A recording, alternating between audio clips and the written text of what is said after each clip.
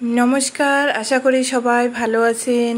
तो आजके आमी रुई माছের झोल रेसिपिटी आपनादेर संगे शेयर करছি। ভিডিওটা শেষ পর্যন্ত দেখতে থাকেন, আপনাদের ভালো লাগবে। তো প্রথমে আমি মাছগুলোকে ভালো করে ধুয়ে লবণ হলুদ মাখিয়ে এভাবে তেল গরম করে ভেজে নিচ্ছি। মাছ ভাজতে গেলে কিন্তু তেলটা খুব গরম করতে হয়, যখন ধোয়া ছাড়ে তখন কিন্তু মাছটা দিতে হয়, না হলে কিন্তু কড়াইতে লেগে যায়। তো আমি মাছগুলিকে এভাবে লাল মতো করে ভেজে তুলে নিচ্ছি। এরপর পেঁয়াজ কাঁচা লঙ্কা আর আদা নিয়েছি পেস্ট করার জন্য। পেস্ট করে আমি মাছ ভাজা তেলের মধ্যে পেস্টটা দিয়ে দেব।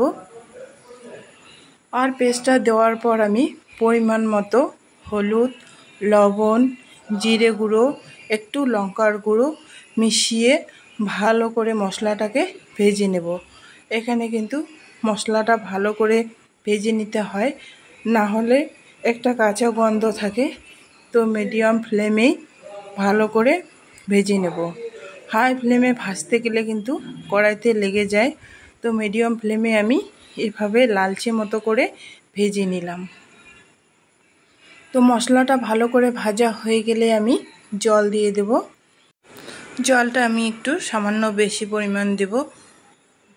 মাছটা দিয়ে একটু ফুটিয়ে নেব। তো ভাবে মাছটা দেওয়ার পর একটু নাড়াচাড়া করে ফুটিয়ে নেব, যাতে মাছটা একটু নরম হয়ে যায়। তো ভাবে একটু ফোটানো হয়ে গেলে আমি এখানে ছোট এলাচ গুঁড়ো দিয়ে দেব।